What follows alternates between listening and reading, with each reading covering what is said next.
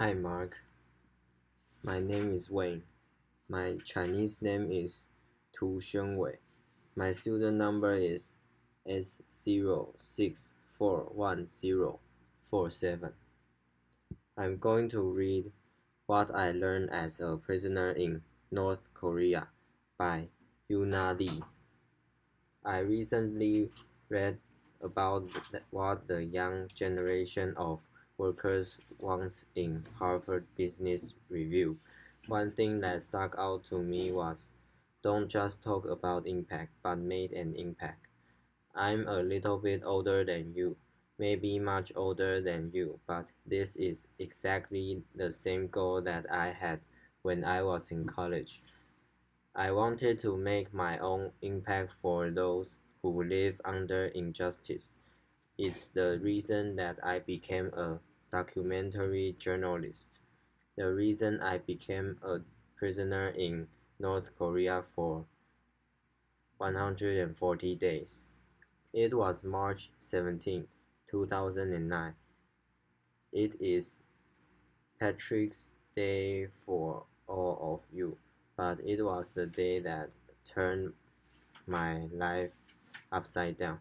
My team and I were making a documentary about North Korean refugees living below human life in China.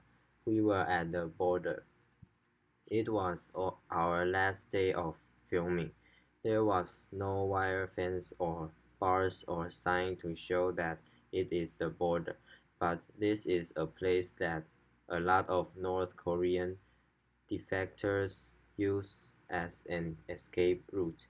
It was still winter, and the river was frozen. When we were in the middle of the frozen river, we were filming about the condition of cold weather and the environment that North Koreans had to deal with when they seek their freedom. And suddenly, one of my team members shouted, "Soldiers!" So I looked back, and there were two small soldiers in green uniforms with rifles, chasing after us. We all ran as fast as we could. I prayed that, please don't let them shoot my head. And I was thinking that if my feet are on Chinese soil, I'll be safe. And I made it to Chinese soil. Then I saw my colleague Laura Lin fall on her knees. I didn't know what to do at that short moment, but I knew that I could not leave her alone there when she said, "Euna, I can't feel my legs." In a flash, we were surrounded by these two Korean soldiers. They were not much bigger than us, but they were determined to take us to their army base. I begged and yelled for any kind of help, hoping that someone would show up from China.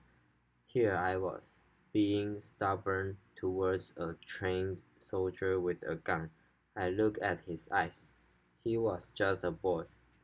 At that moment he raised his rifle to hit me, but I saw that he was hesitating. His eyes were shaking, and his rifle was still up in the air, so I shouted at him, "Okay, okay, I'll walk with you," and I got up. When we arrived at their army base, my head was spinning with these worst-case scenarios and and my colleague's statement wasn't helping. She said, "We are the we are the enemy." She was right. We were the enemy, and I was supposed to be frightened too. But I kept having these odd experiences. This time an officer brought me his coat to keep me warm, because I lost my coat on the frozen river while battling with one of these soldiers. I will tell you that I mean by these odd experiences. I grew up in North Korea. To us, North Korea was always the enemy, even before I was born. South and North have been under armistice for 63 years, since the end of the Korean War, and growing up in the South in the 80s and 90s, we were taught propaganda about North Korea, and we heard so many graphic stories, such as a little young boy being brutally killed by North Korean spies just because he said, "I don't like communists," or I watched this cartoon series about a young South Korean boy defeating this fat big red pig, which represented the North Koreans' first leader at the time. And the effect of hearing these horrible stories over and over instilled one word in a young mind: enemy.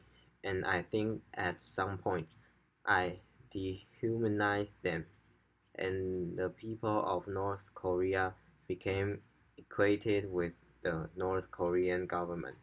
Now, back to my detention. It was the second day of being in a cell.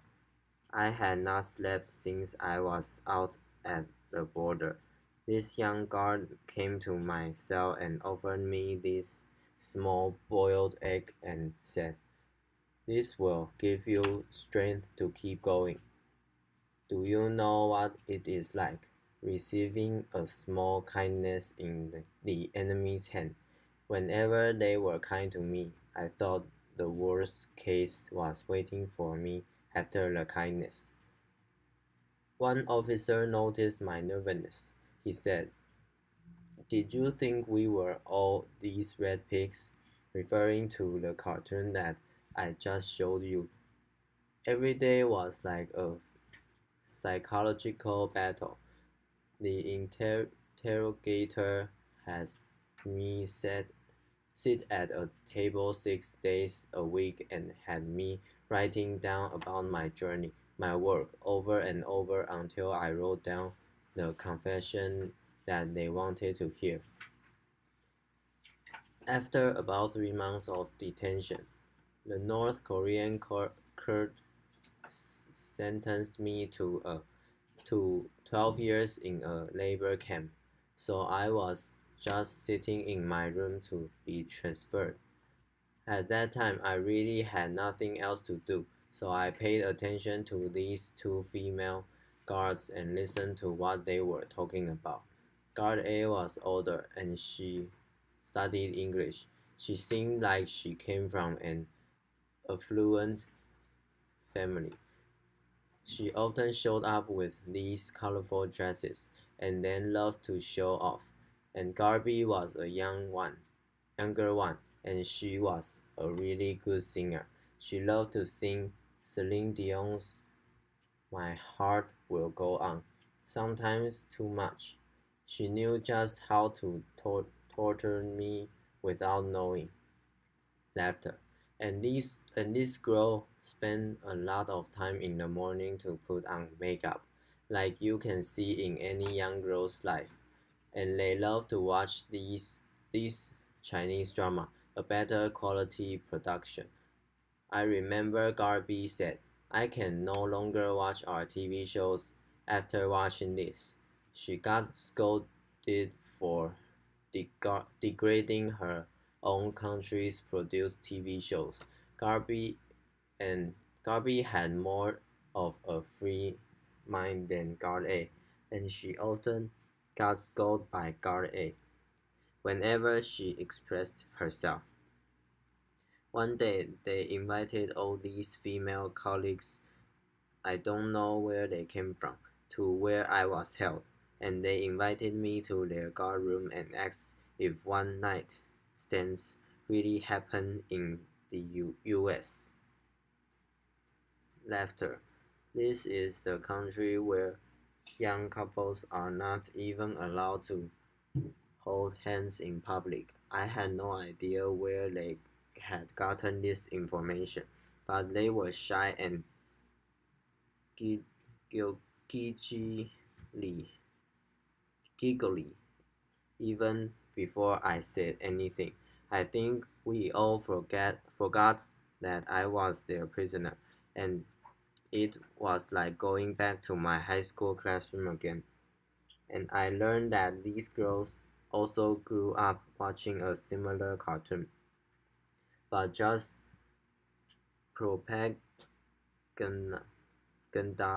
towards South Korea and the US. I started to understand where these people's anger was coming from. If these girls grew up learning that we are enemies, it was just natural that they would hate us just as I feared them. But at that moment, we were all just girls who shared the same interests beyond our ideologies that separated us. I shared these stories with my boss at current TV at the time after I came home. His first reaction was, Euna, have you heard of Stockholm Syndrome? Yes, I clearly remember the feeling of fear and being threatened, and tension rising up between me and the interrogator when we talked about politics. There, there definitely was a wall that we couldn't climb over, but we were able to see each other as human beings when we talk about family, everyday life, the importance of the future for our children. It was about a month before I came home. I got really sick. Garby stopped by my room to say goodbye because she was leaving the detention center. She made she made sure that no one watched us, no one heard us, and quietly said, I hope you get better and go back to your family soon. It is these people, the officer who brought me his coat, the guard who offered me a boiled egg, these female guards who asked me about dating life in the US. They are the ones that I remember of North Korea. Humans just like us. Koreans and I were not ambassadors of our countries, but I believe that we were representing the human race. Now I'm back home and back to my life. The memories the memory of these people has blurred as time has passed. And I'm in this place where I read and hear about North Korea provoking the US.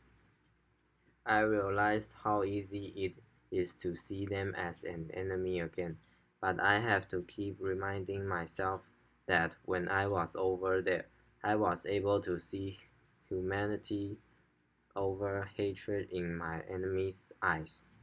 Thank you. Applause.